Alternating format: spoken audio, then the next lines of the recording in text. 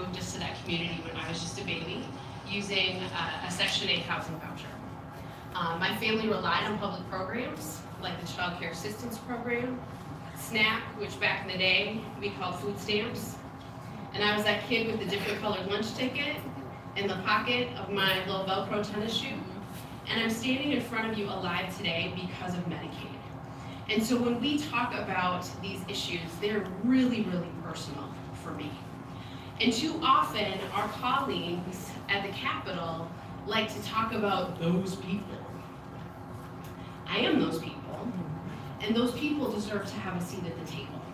And so as we crafted our budget, we looked through the lens of children and families. And the governor and I sat together, right, as much like we're sitting here, and we went through our budget line by line to build it together, 8 to 10 hours a day. And the reason that we did that, we wanted to know this budget, we wanted to feel real ownership over this budget, but we also wanted to make sure as we were putting it together, that people could see themselves reflected in our budget. We spent about 18 months traveling together during the campaign, and then we had 23 community meetings across the state, and if it continued to come back to get feedback. It's music to my ears when people say, y'all are everywhere. It's on purpose, because we need to spend significant time outside of the Capitol to know what is really happening in community. So we are eager to be here to hear your questions, comments, and maybe some snide remarks. That's okay. But we really want to hear from you. But knowing that that is how we crafted our budget, we are making really significant investments in the Child Care Assistance Program, historic investments in bonding for housing. As Mayor Carter mentioned, and I want to just lift this up again, the Community Solutions Fund. I'm the former executive director of Children's Defense Fund Minnesota. And one of the things that I was able to do in partnership with Mayor Carter, who previously was the director of early learning for the state of Minnesota, was create a space that was made by and for people of color in the early childhood field to begin to craft the policies that worked for us. That weren't about, folks coming in, patting us on the head and saying, we know what's best for y'all, but was really grounded in knowing that the best solutions come from communities themselves. And that has been how we've tried to put together our budget, and that is certainly a piece of it. The nonprofit infrastructure grants as well are something that I feel really proud of, something I was able to work on in partnership with advocates in the community, and now I'm seeing results from that investment. They're incredible, and we don't often get to say, we invested money here, and now we can see tremendous results on paper. These nonprofit infrastructure grants are allowing small nonprofits to grow and to thrive, and so that's why we reinvested. We want to add additional monies to that programming because it works and allows nonprofits to become even more robust. And these organizations are the organizations that are led by community. So I have had the great pleasure of being able to work with our governor. We've been friends for a long time. I think sometimes people find that surprising. But we've been friends since 2005, when then teacher and Coach Walls came to Camp Wellstone. And I believe Melvin was also training at that camp. Mayor Carter was also training in that camp. And the governor was one of my campers. And so 14 years later, who would have thought we would be here? But we've been able to work together across lines of difference to build a budget, to build a cabinet, to put together a Met Council that we think is more accurately reflects the community that we seek to represent. So without further ado, I want to introduce you to my friend, my partner in justice, and your governor, our governor, Tim Walz.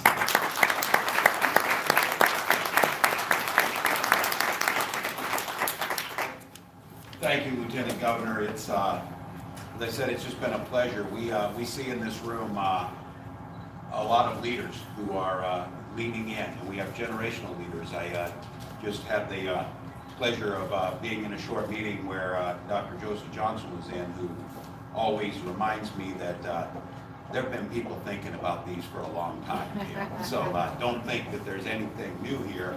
But she also reminded me the expectation of you and us, and using the term us is that what will be different is we will get measurable results for people in their lives. We'll be able to show the metrics that we are actually changing things, because it is not good enough. It is a very Minnesota thing. I'm very proud of Minnesota that has the courage to identify where we're falling short. And I say this as a public school teacher. I'm very proud when they say Minnesota has some of the finest public schools and some of the highest achievement rates if you're white. And we do terrible if you're not. And at some point in time, I think Dr. Johnson's message to me is that's all fine and dandy to point that out, but that is at best a starting point from what we need are solutions, measurable solutions, and change. And so I want to call that out with the Lieutenant Governor sees that. Mayor Carter, in his point, and he's right, he uses the great euphemism, we could stick our toe in the pool or we could cannonball in, and he chose to cannonball in. And that takes courage. That takes courage to know that not every direction we're going to go is going to succeed. It's in business, they call it failing fast. The idea that if you stifle growth and the ability to fail fast, you'll never get good ideas. As a school teacher, I call it lifelong learning, and trying to come back at things and continue to get better and not accept that. And then to all of you who are here, Jonathan, and thank you. To hearing the history of this, I've been in this facility a few times, but to hear Mayor Carter's life was shaped around this facility. The mayor of the great city of St. Paul has a lot of the skills that he possesses that came from the interactions with people in this building. So it's important to gather in this space, and so I thank you for that, and to all of the board members. But to each of you, it is Monday afternoon in March, and you chose to come to talk about the state budget. That speaks volumes, mainly because you know what we know and believe is that budget is not only a fiscal document, it is a moral document that reflects what we value. What you put into that document and what you choose to measure or choose to invest in tells you what you truly care about. And I just have to be clear. There are open and healthy debates about economics and political theory. We're seeing this play out right now, that I would argue our budget for Minnesota looks very different than the budget that was released for the federal government today by the executive branch. There has chosen to be a belief, and again, I would simply be willing to listen a little more if there was actually any proof that it ever worked, but we saw it again. We gave massive tax cuts to a small percentage of the population with the idea that that would spur growth and lift all ships up. Well, what it tends to do is drive deficits up, and then we come back the next year and we cut the very basic essential services that lift everybody up through education, through healthcare, through investments in communities, through infrastructure. So this budget, more than ever, is critically important for Minnesota to say this is who we are as a state.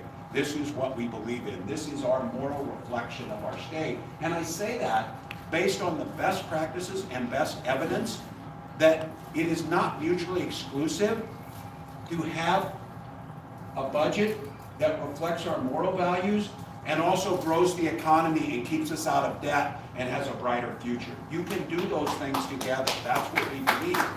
And I want to be challenged about where we're putting the money. I want to be challenged about what's the return on it. I can tell you this, that I believe if we believe in these programs, we have more of a responsibility to be able to show the metrics and a dashboard that the public can go through to show why this makes a difference. Now, sometimes it becomes much more apparent. I can guarantee you as that snow melts and those potholes grow, not just in St. Paul, but all over the state, people are going to pay more attention to investments in infrastructure because it becomes more apparent. It's harder to talk about why those smart investments in community and early childhood, and why it's better to put a child on a yellow school bus to Head Start or an early childhood program than it is to put them on a green bus to Stillwater and St. Cloud Prison. That makes better sense. I need to show them the dollars of where that goes. And this budget, and the Lieutenant Governor's right, was informed by the people in this room. It was informed by the mayors, the county commissioners. It was informed by the nonprofits. It was informed by executive directors of like Ujama Place and Ujama Men are coming, of telling us why that makes a difference and what you can do to reduce recidivism rates and bring people back and have meaningful interactions in people's lives. And so when we thought about this, the interconnectedness of this budget, I hope is apparent to everyone. The idea that homework starts with having a home, that you can't send a child to a school if they slept in the car the night before, if they've got a toothache, if they're hungry, if they have both historical and immediate trauma in their lives, it's going to be very difficult. And spending money smartly, we do this right, and you get it on the front end, and we invest in communities, we invest in housing, we invest in early childhood, we invest in K-12 and workforce training. I can tell you, I won't want to have the conversation about hiring 210 more corrections officers. I want to have the conversation about hiring 210 more kindergarten teachers, 210 more